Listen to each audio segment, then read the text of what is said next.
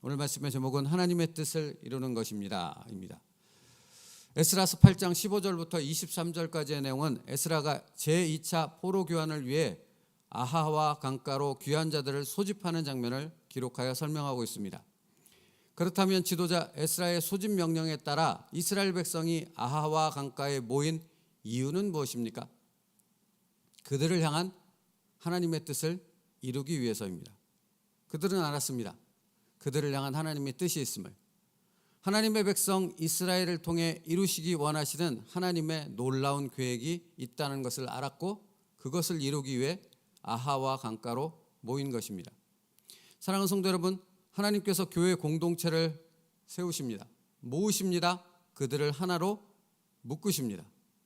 예수 그리스도라는 이름으로. 그러면 여러분, 우리 세움누리교회를 하나님이 교회 공동체로 묶으신 이유가 무엇일까요? 여기에 모이게 하신 이유가 무엇일까요? 여기서 예배하고 기도하며 함께 모든 것을 나누게 하신 이유가, 그 목적이 무엇이겠습니까? 하나님의 뜻을 이루기 위해서입니다. 거기에 목적이 있습니다. 여러분, 이것이 왜 중요합니까? 하나님의 뜻을 이루고자 모였다는 그 목적을 잃어버리면 우리는 헤매이게 되기 때문입니다. 쓸데없는 일에 우리의 힘을 낭비합니다. 정말 중요치 않은, 하나님이 기뻐하지 않는 일들에 우리의 에너지를, 우리의 시간을, 우리의 힘을 낭비하게 된다는 것입니다. 여러분 보십시오. 아하와 강가로 모인 2차 포로 귀한 자들, 에스라를 중심으로 모인 그들은 무엇을 했습니까? 하나님의 뜻을 이루기에 온 마음을, 온 힘을 모았습니다. 목적이 무엇인가를 알았기 때문입니다. 그리고 그 목적을 위해 무엇을 어떻게 해야 될까 하는 하나님 앞에서의 겸손함을 가질 수 있었던 것입니다.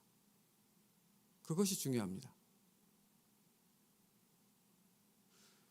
하나님의 교회 공동체가 그렇게 하나님의 뜻을 이루어야 한다는 분명한 목적을 가지고 있을 때 흔들리지 않을 수 있고요, 어려움이 다가와도 무너지거나 그것 때문에 시험에 들지 않을 수 있습니다. 사실 여러분, 가만히 생각해 보면 왜 시험에 듭니까? 우리가 신앙생활을 하는데 때로는 수없이 많은 시험을 들지 않습니까? 시험에 들어서 교회에 떠나기도 하고, 시험에 들어서 예배와 기도의 자리에 안 나오기도 하고, 시험에 들어서 자기가 감당해야 될 사명들을 내려놓고 아무것도 하지 않고 무기력하게 가만히 있는 경우들이 많지요. 많습니다. 왜입니까? 자신을 향한 하나님의 뜻, 하나님의 목적을 잊었기 때문입니다. 거기서부터 여러 가지 혼선이 빚어지기 시작하고 갈 바를 알지 못하고 헤매이는 그런 모습의 삶이 나타나게 되어진 것입니다. 여러분, 하나님께서 택하신 그 이스라엘 백성, 비록 현실적인 삶은 포로로 잡혀와 아무것도 할 것 없는 것처럼 보여지는 그들의 현실 앞에서도 그들을 향한 하나님의 뜻이 있었다라는 것입니다. 그게 중요한 겁니다. 여러분, 아무리 비참한 현실 가운데 있을지라도, 아무리 아무것도 할 수 없는 그런 현실 가운데 우리가 처해 있을지라도 우리를 향한 하나님의 뜻은 분명하다는 것입니다. 그리고 더 분명한 것이 무엇입니까? 우리를 통하여 그 일을 하나님은 이루신다는 것입니다.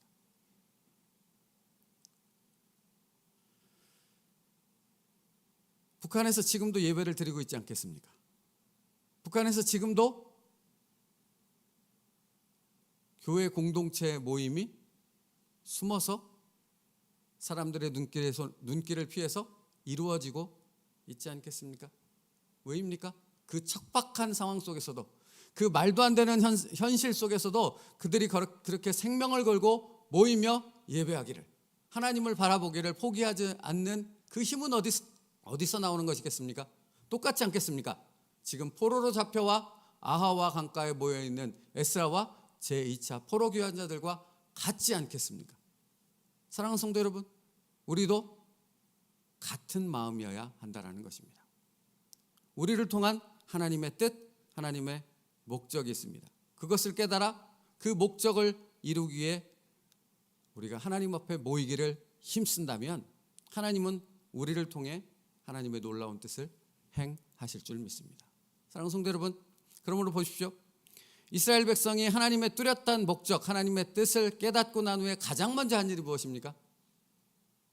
하나님 앞에 스스로 겸비하였다고 기록하고 있습니다. 그렇죠, 여러분.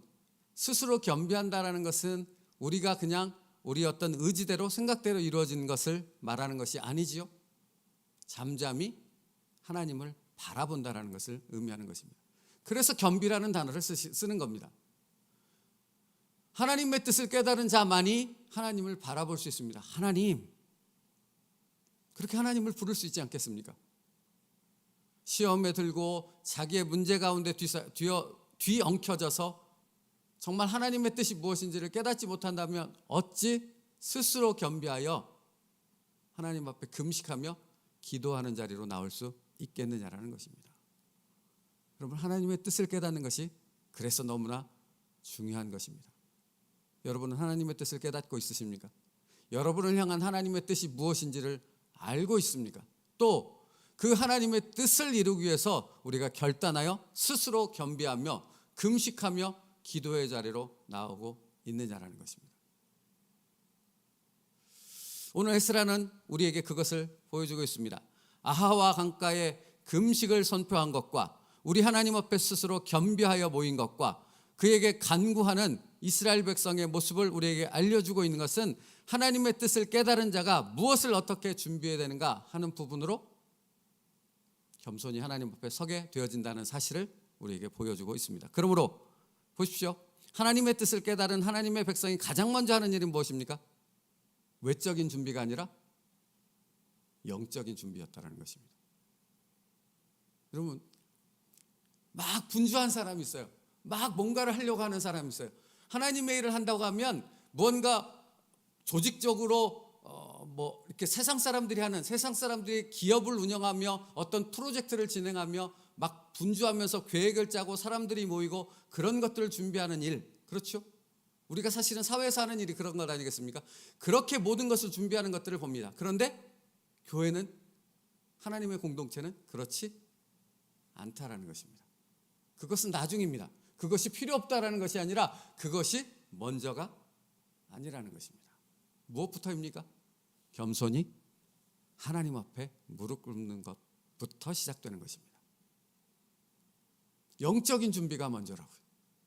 하나님을 바라봄이 먼저라고요.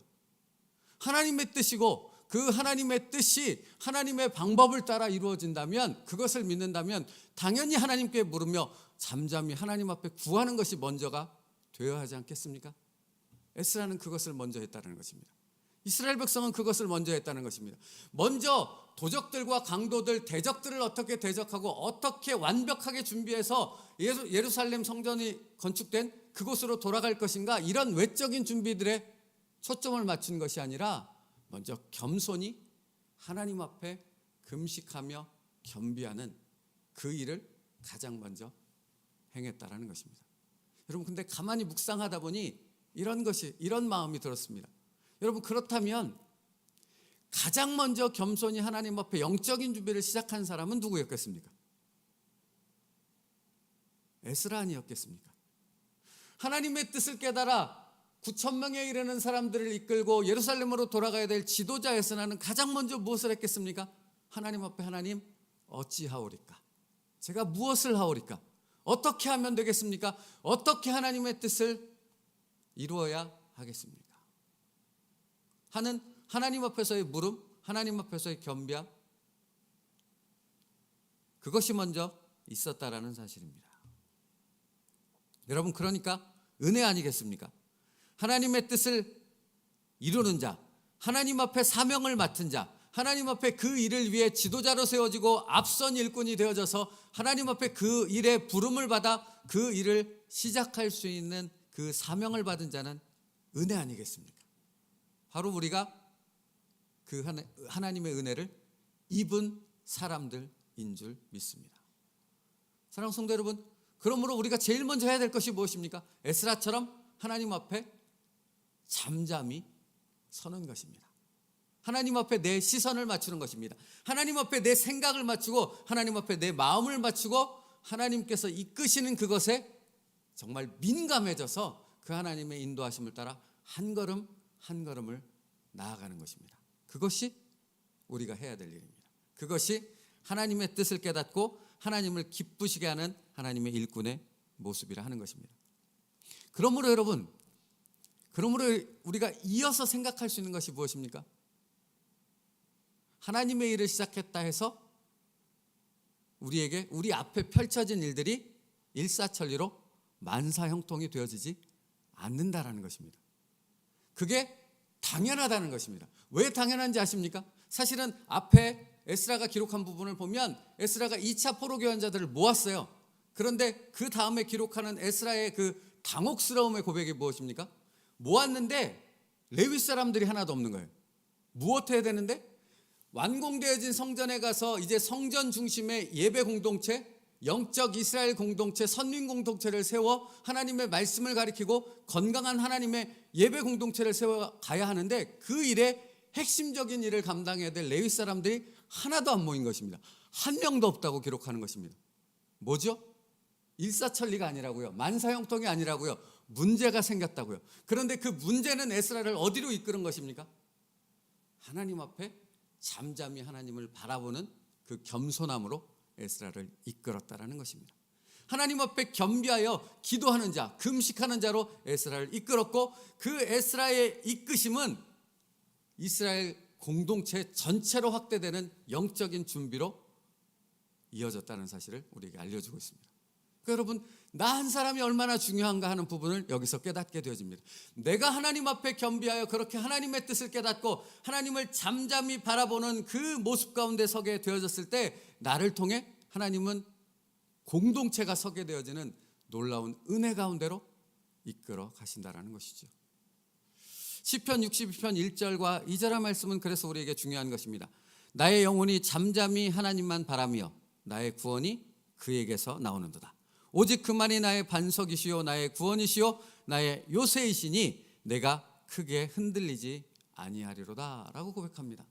사랑하는 성도 여러분, 우리가 지금 뭐 할 때입니까? 하나님의 뜻을 이룰 때입니다. 어떻게 하나님의 뜻을 이루어야 하겠습니까? 먼저 영적인 준비가 있어야 하는 것입니다. 잠잠히 하나님만을 바라봐야 하는 것이고요, 겸손히 하나님 앞에 기도하며 하나님의 뜻을 구하며 하나님께서 나를 어떻게 인도하시는가 하는 부분에 민감하여져서 그 하나님과 함께 하나님의 뜻을 이루기 위해 한 걸음 한 걸음 걸어가야 하는 것입니다. 그게 뭐라고요? 그게 은혜라고요. 그게 축복이라고요. 그 은혜와 축복을 누릴 수 있는 저와 여러분 될 수 있기를 간절히 축복합니다. 여러분, 잠잠히 하나님만을 바라보는 것은 쉽지 않습니다. 세상에 이런 분주함과 세상에 수없이 많은 방식들이 교회로 유입되어 오는 이 가운데서 그런 것들을 거부하고 잠잠히 하나님의 뜻을 바라보며 하나님이 이끄시는 그 방향대로 걸어간다는 것은 결코 쉽지 않다라는 것입니다. 그러나 잊지 마십시오. 그것이 제일 중요합니다. 그것이 가장 중요합니다. 그리고 그렇게 잠잠히 하나님만을 바라보는 일이 시작됐을 때, 그때야 비로소 하나님의 뜻이 이루어지는 역사로 나아갈 수 있는 것입니다. 그렇다면 두 번째로, 하나님의 뜻은 어떻게 이루어지게 되어집니까? 하나님의 도구된 사람들을 통해 이루어진다는 사실을 다시 한번 기억해야 하는 것입니다. 겸손히 하나님의 뜻을 이루려고 하나님을 바라보는 그 사람들을 통해 하나님의 뜻이 이루어집니다. 그러니까 여러분, 우리 마음 가운데 기억해야 될 한 단어가 있습니다. 무엇입니까? 순종입니다. 순종입니다. 하나님은 하나님의 뜻을 이루실 것이며 하나님의 도구된 우리를 통해 그 뜻을 이루어 가실 것입니다. 어떻게 해요? 하나님의 방법을 통해. 하나님의 도구된 우리를 하나님의 방법을 통해, 사용함을 통해 하나님의 뜻을 이루신다고요. 그러면 도구된 우리들은 어떻게 하나님 앞에 쓰임받아야 하겠습니까? 순종하는 것입니다. 순종하는 것입니다. 다른 것이 아닙니다. 도구가 자기 마음대로 자기 뜻대로 움직여진다면 도구를 사용하는 사람이 어떻게 그 도구를 통해 이루고자 하는 목적을 이루겠습니까? 소를 통해 밭을 일구고자 농부가 소를 끌고 나와 자기가 원하는 방향으로 끌고 가려고 하는데 소가 그 농부가 이끄는 방향으로 가지 않고 자기 마음대로 길을 가버리면 어떻게 밭을 갈 수 있고 그 밭이 가라짐을 통해 씨앗이 심겨질 수 있고 가을에 풍성한 수확을 거둘 수 있겠느냐는 말입니다. 그렇죠? 그래서 성경을 보면 하나님의 일꾼된 사람들, 하나님의 부르심을 받은 그 사람들은 무엇을 배웁니까? 삶을 통해, 그들의 삶을 통해 무엇을 배우며 훈련하게 되는 것입니까? 하나님의 뜻대로 순종하는 것을 배우게 되어지지 않습니까? 우리가 지금 무엇을 배우고 있습니까? 우리의 현실의 삶 속에서 하루하루 우리는 무엇을 배워가고 있습니까? 하나님의 뜻을 이루기에 순종하는 법을 배워가고 있는 것입니다. 오늘도 겸손히 주님만을 바라보며 그 순종하는 법을 배워갈 수 있는 저희들 되기 원합니다. 하나님께서 우리를 통해 하나님의 거룩하신 뜻을 이루실 것입니다. 그 기쁨의 감격의 순간을 우리는 맞이하게 될 것입니다. 그때를 바라보며 묵묵히 하나님 앞에 침묵하며 하나님께서 우리를 인도하심에 민감하며 그 뜻 앞에 오늘도 겸손히 순종을 배워갈 수 있는 저와 여러분 될 수 있기를 주님의 이름으로 축복합니다. 기도하겠습니다. 살아계신 하나님, 우리를 통해 하나님의 계획하신 뜻이 이루어지길 원합니다. 그러므로 아버지 하나님, 겸손히 하나님 앞에 설 수 있는 저희들 되게 하여 주옵소서. 하나님, 어찌하오리까? 하나님의 뜻을 이루기에 나를 바라보니 나의 연약함과 나의 부족함과 나의 무지함이 너무나 커서 그 어떤 것도 이룰 수 없는 것처럼 보이는데 아버지 하나님, 어찌하오리까? 나를 인도하여 주시옵소서. 나를 정말 하나님이 사용할 수 있는 도구로 준비시켜 주시옵소서. 그래서 정말 하나님만을 바라보며 겸손히 순종을 배워 하나님의 뜻을 이루어갈 수 있는 하나님의 도구가 되게 하여 주시옵소서. 예수님의 이름으로 기도 올리옵나이다. 아멘.